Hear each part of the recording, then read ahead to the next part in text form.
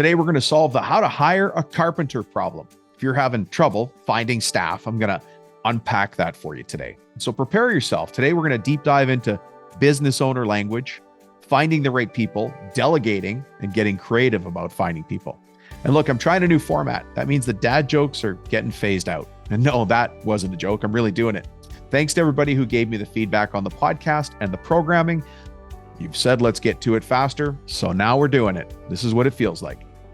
There is a professional development tool that's going to help you make the most out of this episode. If you want that, just send me a text message. You know, it's pretty simple.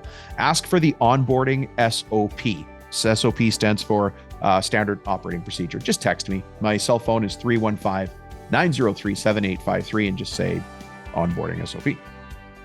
It's a document. And it's used to make sure that after you spend all this time hiring the right person and you bring them into the company the right way, you make the most out of it for both of you. So just text me and we'll email it back to you. Okay, let's go over to the studio and learn about recruiting people and hiring carpenters. Let's get to it.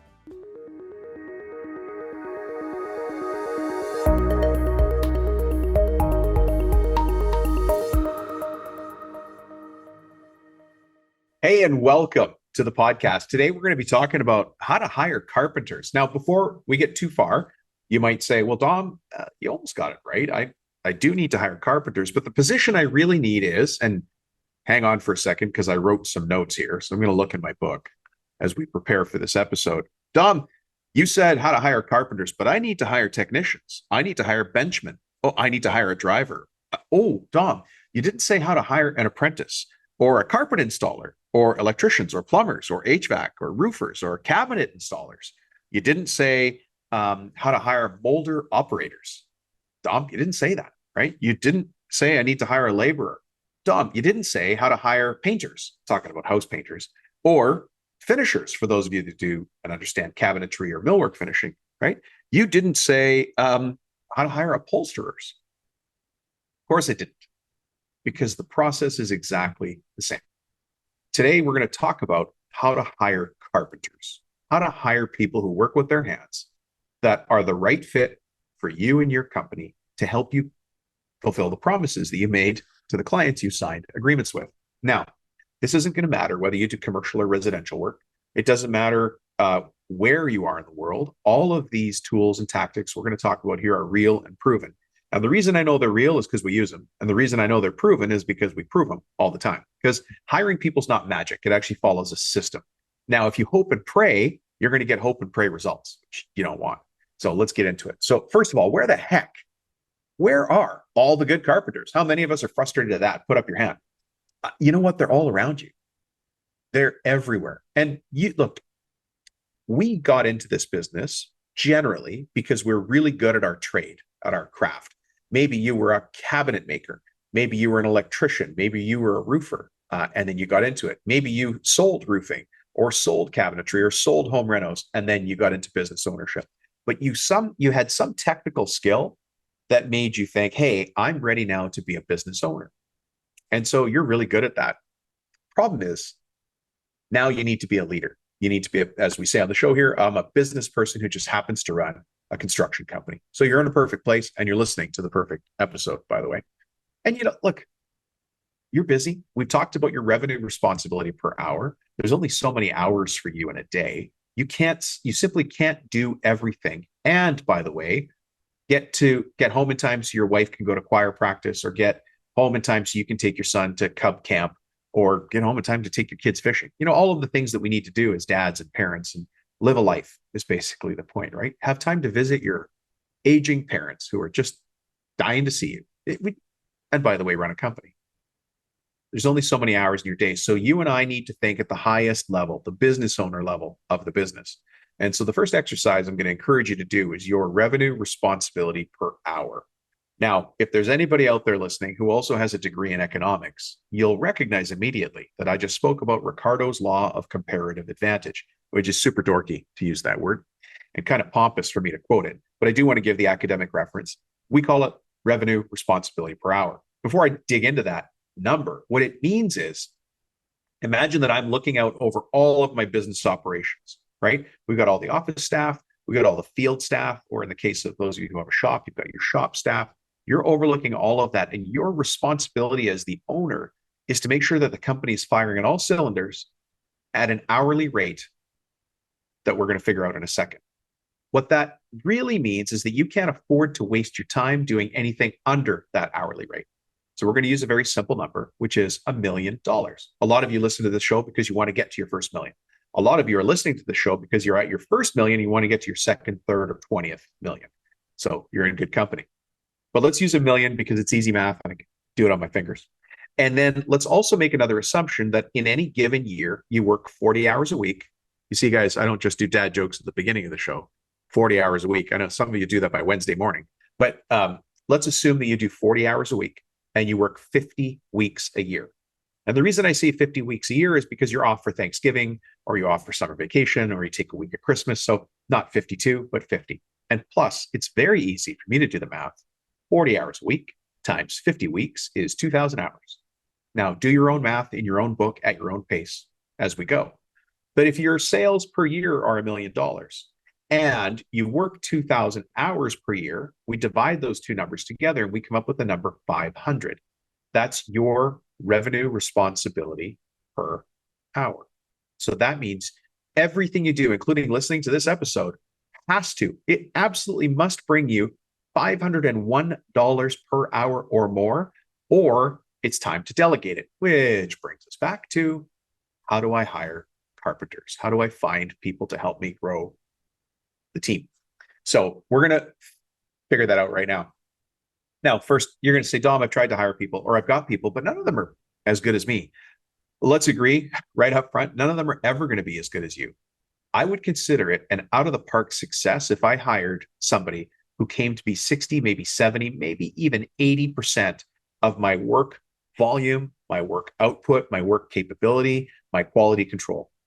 It's just people that are coming to work for you have a different sense of what that is, it then being the owner.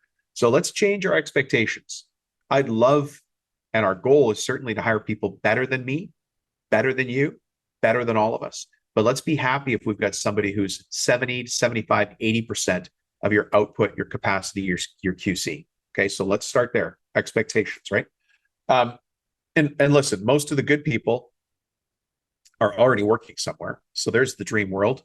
If you've got somebody who's perfect who comes in and says, I'm not working, we have some more questions to ask. But the good news is to get your guys performing at the highest level, there's systems for that. And that's what you listen to this show for. If you ever have questions, reach out to me. You guys know my cell.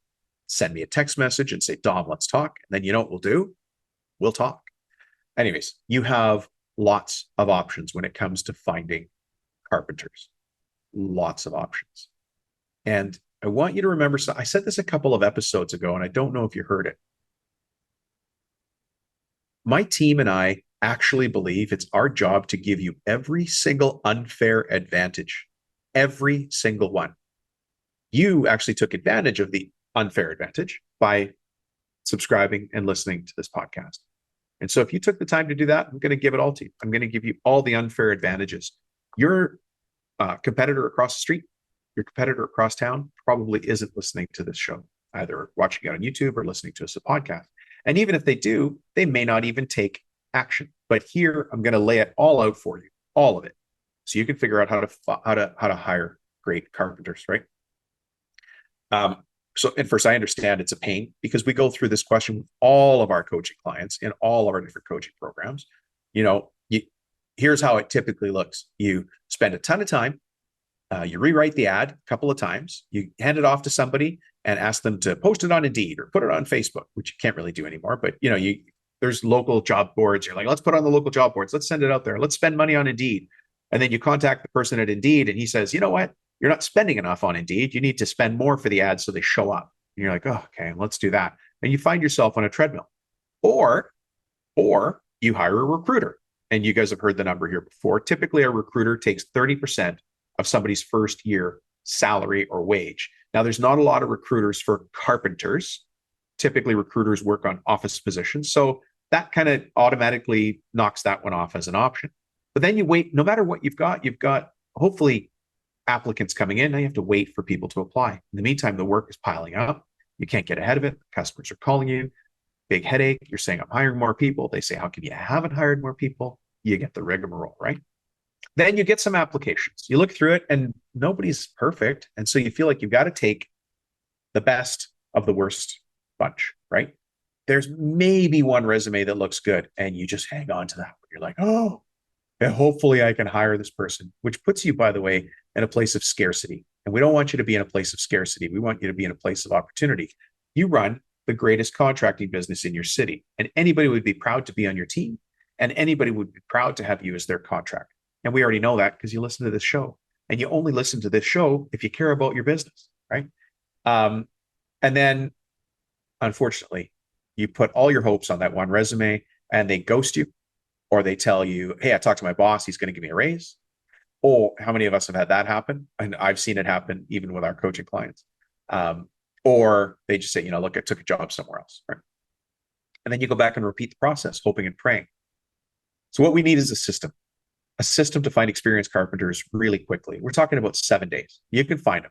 I don't want you to think that you're up against the wall. I don't want you to have to jump back on the tools. I want you to find the right people with the right attitude. And we do have a lot of attitude tools here. If you want to understand hiring for attitude, send me a text and just say hiring for attitude, and I'll send you the how to hire for attitude framework that we've got. It includes scripts, by the way, what to say to people when you're on the phone with them or if they show up at the job site. So it's pretty important. But listen, the first thing I'm going to do here on recruiting is I want you to understand that recruiting is marketing. And now you would say to me, well, Dom, I'm not sure if you've heard me before, but I don't want to be a marketer. I'm really good at taking pieces of wood, big pieces of wood, and I cut them into small pieces of wood, and then I reassemble them into beautiful pieces of wood. And I get it. That's generally what we do as trades. I say wood, plumber, electrician, like in the trades in general, right? Or if you're in a department or a division. But it's marketing. Really, we're just marketing for the right kind of people. And if you start to view it like that, you start to see the world a little bit differently. Because the first thing you have to understand is your target. Your target. Who do we actually want working here? So I want you to imagine yourself as a business owner being in a place where you say, I'm looking for a very specific kind of person. So right now you might be saying, I'm just looking to hire anybody who's a carpenter. Okay, so you're going to get anybody applying. But if you had a system, and these are the systems that we show you, but if you had a system that said, I want a left-handed carpenter who's right-eye dominant, that's redheaded, and used to play soccer, we can find that person because we build a system that attracts that person. That's called marketing. Now, if any of you have a really weird and wonky desire for that particular employee, he's already taken. But I'm just saying, and we have to be very, very, very, very, very, very specific about what we want. And when we're specific about what we want, we can then go out and target that person. We can go find them. We can market to them. We can speak to them. So much so that when they see the ad, they go, oh my gosh, this looks like the job for me. And then they take that ad and they go home to their kitchen table and say, honey, you won't believe it, but the job we as a family have been dreaming of is here. It's in our town. I just didn't know it. I'm going to go apply. Or the wife sees the job post and says, honey, this is the job we as a family have been hoping you would be able to get. That is when we remove the random and we put systems in place. So the very first thing is targeting the right kind of person. We'll talk about it here today. And then onboarding. Once you've hired the right person, you have to onboard them right. You guys have probably heard me talk about this.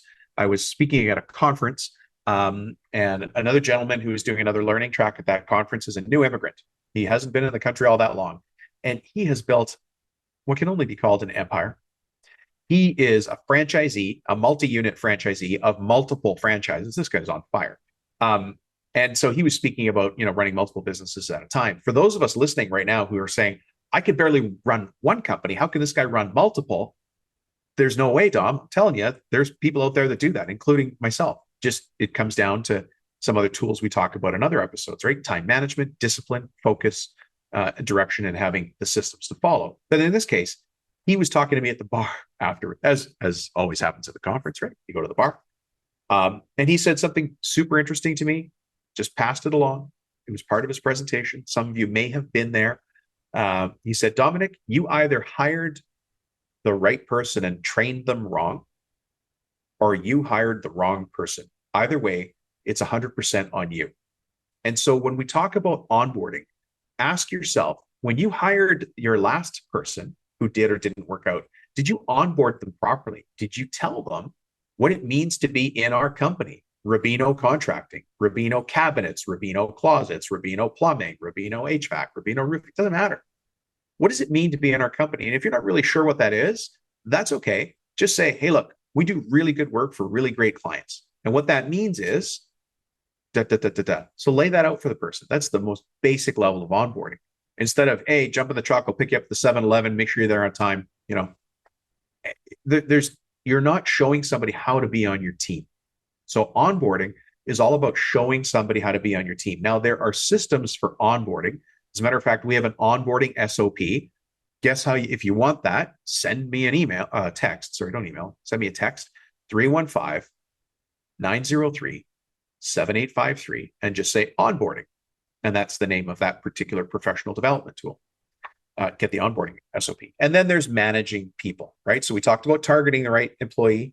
We talked about onboarding the employee properly. We already also talked about the attitude of the proper employee, which you can also text me for. And then there's managing and growing a team. All of these things are important because really when we're at this point of running a business where you're listening to a show like this, you're developing a team that will help you deliver great projects. So there are slightly different recruiting processes for people that are on the tools than for people who are in the office. But in large part, they're the same. The differences is where you can find them. And when we're looking for carpenters, when we're looking for people on the tools, that target part becomes really, really, really important because where to find them is where we are frustrated. So first, you need a job description. And look, it doesn't have to be complicated. I need somebody with 2 years experience building decks. But put something together about, needed experienced carpenter to build decks, needed experienced carpenter to build cabinets, experienced carpenter to run CNC, whatever that is. You really want to just clearly define what the job is because people need to know what they're applying for, right? When you write that ad, make sure you include a couple of key parts, right? What's an overview of the position? What's the role and responsibilities? What are what are they going to be measured against? And what are the job requirements? Now, depending on the target, we're going to want to really simplify that or expand it. So if you're hiring an estimator, that job description that you post online or you give to a recruiter is going to be very complicated, very complex. If you're hiring a laborer, they're not going to give you that stuff. They probably don't even have a resume. What they've got is beat up hands and tools. You can just tell when you look at them, this guy or this gal, they know what they're doing, right? So we're not always going to get a resume. So don't get too fancy depending on your position. Remember, the most important thing first is target. Who is my ideal new employee? Because we have to market to them, right? So now you write the ad. Now, this is where things are a little bit different. You might have different versions of the same ad, right? You might have different versions. You're going to laugh that most of the things I'm talking about today, I'm actually going to make fun of the online tools because the online tools work. But hey, guess what? Your perfect carpenter is probably not online. He's not on LinkedIn. He's not on Indeed. He's not on Seek. He's just not. You're more likely to find your perfect carpenter by posting to the telephone poles all the way up to the swap meet, flea market, or the next drag races, or let's say you've got a 4-H show coming up and people are walking in and out of the barn. You're just going to find your carpenter where carpenter kind of people hang out, doing cool stuff with their family, going out on the weekends. Remember, target is the first and most important things. And I have some pretty cool examples for you in a minute. So your job ad's going to be a little bit different depending on where you post it. So one of the things that I like to do is, yes, telephone poles. And you're like, come on, Rubino, telephone poles. I just want you to think of the kind of thing that's on a telephone pole. It's a very basic 8.5 by 11 piece of paper. On the top is a job ad. It says carpenter, now hiring carpenters. What a great ad. Now hiring carpenters, now hiring senior benchmen, now hiring cabinet finishers, whatever your role is, right? And then on the bottom, on these vertical little rectangles, you make these cutoffs. And those cutoffs have a cell phone number on it, right? You want to keep it really, really easy for people to apply. Now, I said it goes on a telephone pole, but that thing can go everywhere, everywhere. Some of the companies that are really, really onto marketing for the right people understand that that tool can be used in multiple places. One of the places you're probably overlooking, catch this for a second, especially those of you who have a shop, if everybody comes to the shop first before they get dispatched for the day. Many of you who listen have your own shops. Above the urinal. I know you're laughing. You're like, seriously, Rubino? Yeah. Above the urinal and on the back door of the stall, so that, when you're sitting in the stall, you can see it. And I know you're laughing, but you got to go where the people are, right? And there's a little tear off tab. Now, when we're advertising internal to the business, you might even want to say to your people, hey, refer us somebody. And after they stay for 3 months, we'll bonus you $300. Let them know that there's a bonus for referring somebody. Now, you have to be the kind of company they would want to refer to, but they will go tell their friends this weekend. They will. And that's how you're going to get some people. So we're still talking about that 8.5 by 11 piece of paper with a little tear off tabs. But think about places you could post that where your perfect guy, your perfect gal, whoever that next employee is currently hanging out. All right. I'm going to give you another one. We've talked about this on the show before. It just works so well, but many of you will still laugh at it. We're currently using this in Northern California and recruiting just fine. Thank you very much. I want you to look at your office on Google Earth. And you're just going to intuitively know this from being in your area. But I want you to look, and then I want you to type your address in Google Earth, zoom up, and look all around you. Where are all the food trucks in your neighborhood? Go find those food trucks. Talk to the owner of the food truck. Print off a bunch of flyers. These are going to be slightly different job ads than the one with the tear-off bottoms, right? Each of these is going to be one single page, right? And it's going to say, now hiring carpenters, now hiring laborers, now hiring whatever, installers, whatever your thing is, right? But you go to the owner of the food truck. Let's say it's a mac and cheese truck. They sell, world famous macaroni and cheese. And you just say to them, look, for every meal that you send out, I want you to put one of our recruitment flyers in it. Here's 100 flyers. Here's $100. Do you think that guy is going to hand out those flyers for you? This strategy works. So here's what we know. We know that people that go to food trucks in a local area most likely work in the local area. We know that that food truck is the kind of food truck where there's a bunch of Ford F-150s parked in front of it on an ongoing basis, all one day. You've got the right people there. You're in front of your people. It's all about target. If you go and post that a carpentry position is wanted and you put it somewhere where your target isn't, you're not going to get much traction. If you go to the university and you post it in the philosophy department, in the professor's break room, you're not getting any applicants. You're just in front of the wrong target. You've got to be in front of the right target. Okay. So that food truck thing just works so well. But here's a little quick tip. Don't talk to the food truck guy between like 11:30 and 1 because he's probably so busy that he's got no time to talk to you. But give him the flyers and get him to hand them out, right? Those kinds of things really work. You might have a diner in your area. See if you can post flyers in there. Where your ideal person hangs out, right? But also make sure that you're putting the word out there and that you're not secretly hiring. We want to actually be hiring people. Now,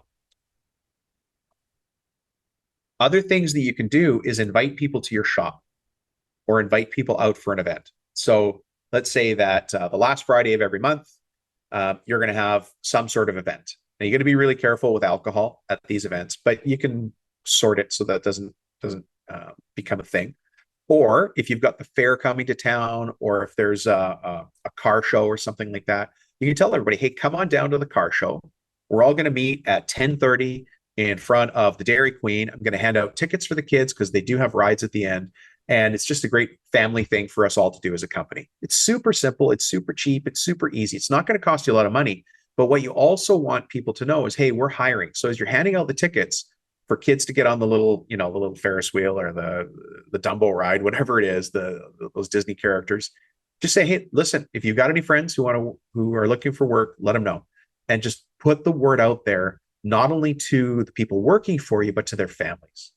Because let's use a husband and wife scenario for a second. The wife has a sister, or she's got a sister-in-law, or she's in a mommy and me walking club.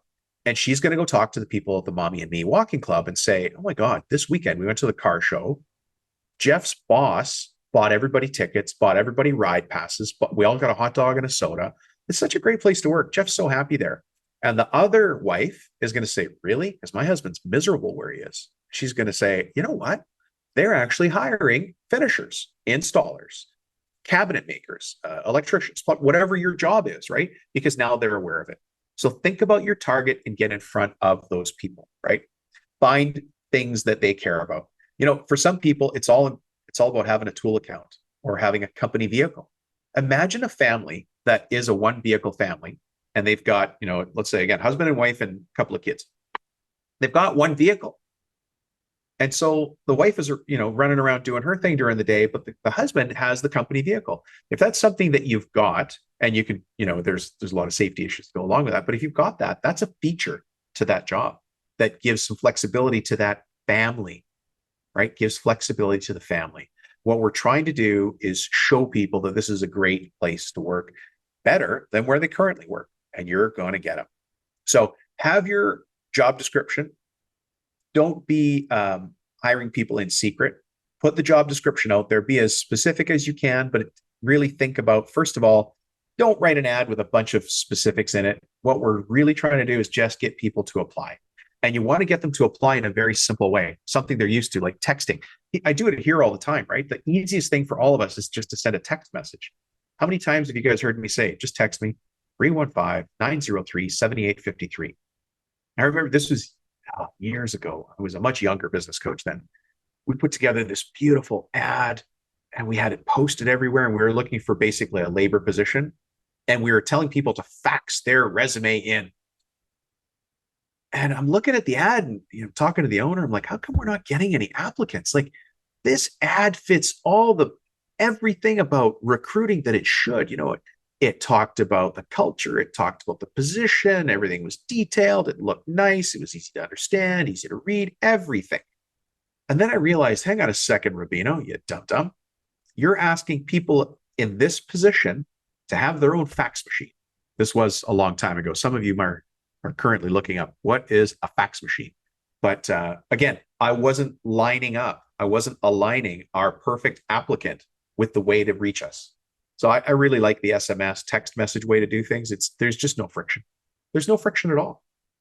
If your perfect employee goes to a certain nightclub or bar on the weekends, make sure that the hot dog cart outside the bar is handing out your flyers, because he's going to text you. You might be drunk. He's like, yeah, I could use a new job. Okay, well, you might not be the great, we got to make sure you don't drink too much, but thank you. We got your name and number. Let's start the process.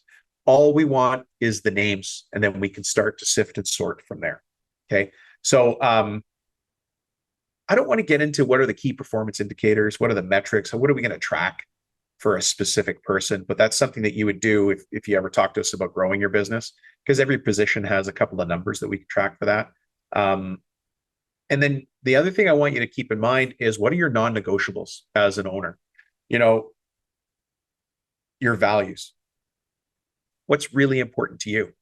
Is family really important to you? Is accuracy really important to you? Is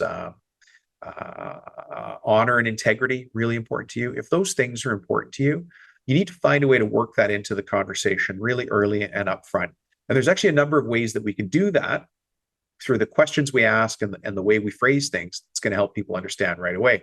What about technical stuff? Like, you need to make sure somebody can read a tape measure. You need to make sure somebody understands what a skill saw is and how to use it, or a chop saw, or whatever your tool is, right? You want to make sure you ask them those questions, but then you ask the questions just at a different level that lets you know somebody knows what they're talking about. Like, what nozzle do you like on your sprayer? And they'll say, nozzle? And then you're like, yeah, thank you. I appreciate it. You know when you know, because we know the technical parts of this. So listen, distributing your ad is the next part of the job. Finding your target is a big thing. Now, don't be a secret employer. Get out there and let everybody know every single way that you can, especially when you're in front of the right audience. So there's job boards. There's online job boards and there's offline job boards. So the online job boards are Indeed, Seek. You can't really do it on Facebook. There's some clever ways to do it on Facebook. I'll come back to that in a second. But the other job boards are at the local coffee shop where there's a cork board, or the diner. Don't be afraid to put them on those local boards because your perfect next employee is probably there, right? There's a place where I live. It's called Club Aviva. And Club Aviva is like a trampoline park for kids. And on the weekends, it's just birthday parties from, I don't know, let's say 8 in the morning till 8 at night. And every parent at some point, when your kids are that age, you have to cycle through Club Aviva. Well, there's a cork board there. You need to be on that cork board because on the weekend, when that mom or dad is finally relaxing, their kids at the birthday party getting filled with sugar and jumping on the trampoline, they've got some time to look around and they're going to look at the cork board and go, hey, this guy's hiring. That company's hiring. Isn't that interesting? And then they tear off that number on the bottom and they send you a text message. Think about the target, think about where they are, and then go in front of them. Okay, let me talk about Facebook for a second. You guys are probably taking a lot of notes. You can also have this conversation with me if you like, and we can pull it apart. Again, just text me 315-903-7853 if you need to get deeper on this. But look, Facebook, jobs on there are a little bit problematic. But what you can do is if new immigrants to the country are a big part of what you do, and let's just choose a country. Let's say your city has lots of people immigrating from Croatia. Just picking a country, right?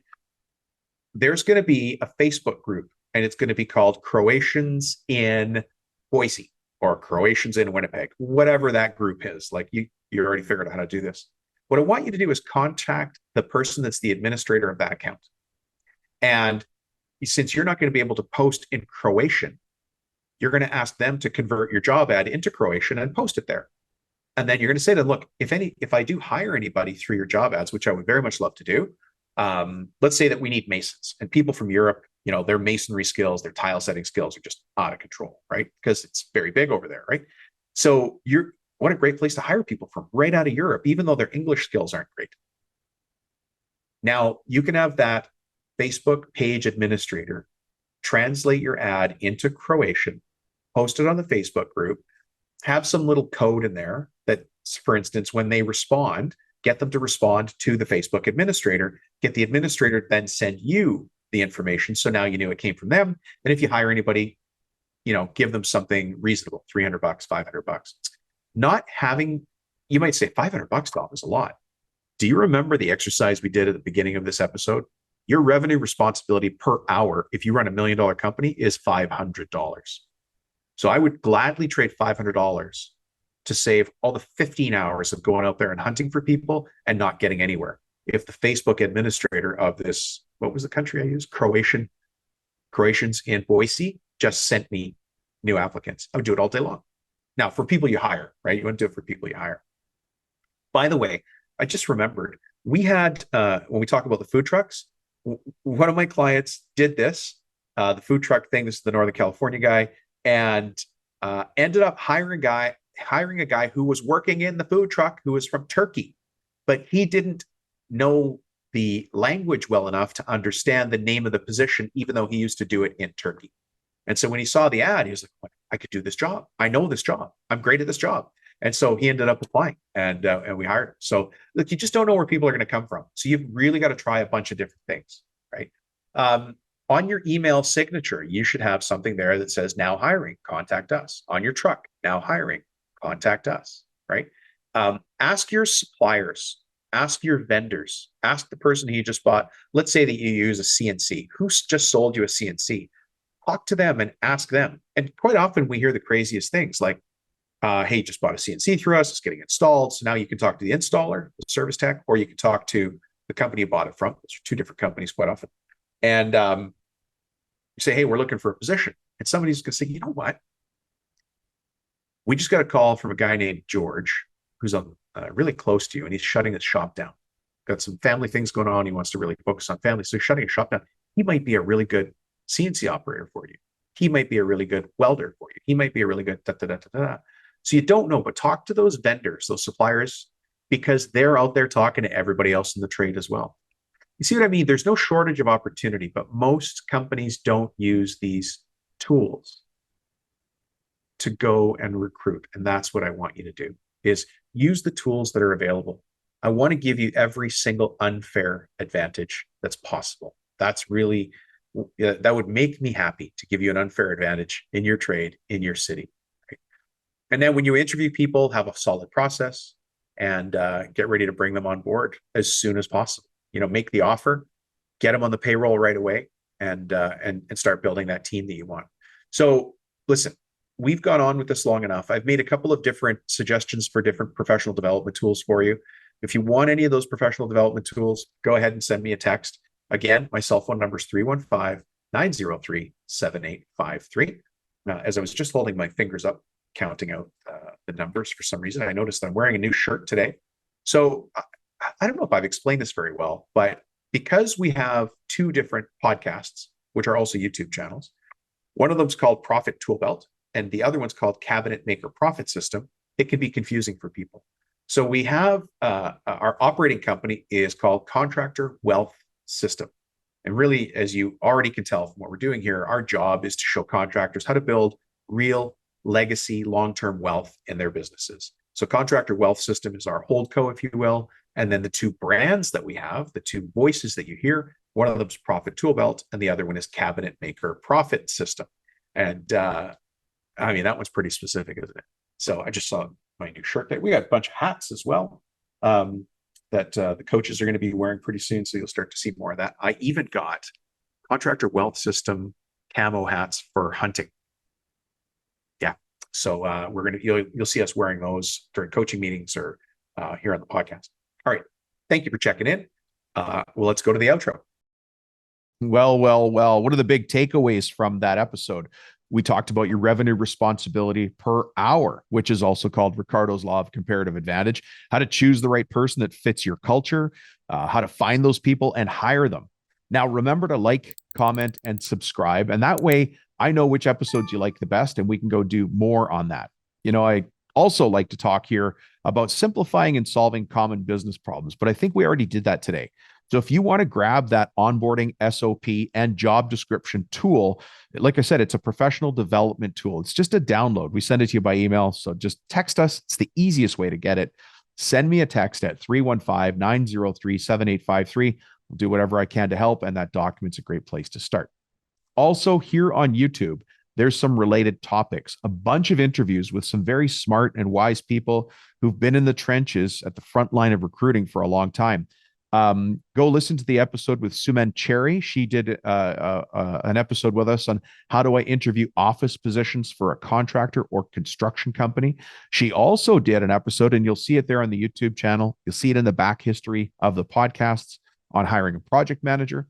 And then we also had Diane Shattuck here on this YouTube channel and podcast. Now, Diane is a finishing expert.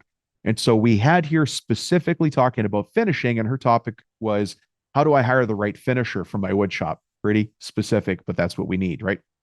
Look, folks, I appreciate you checking in. I'm glad you're getting value from this. Make sure to like and subscribe. But this is a horrible and weak replacement for the point in time when you and I can have a cup of coffee or a glass of wine across the table from each other. And one day that will happen. And we'll see you then. Thanks.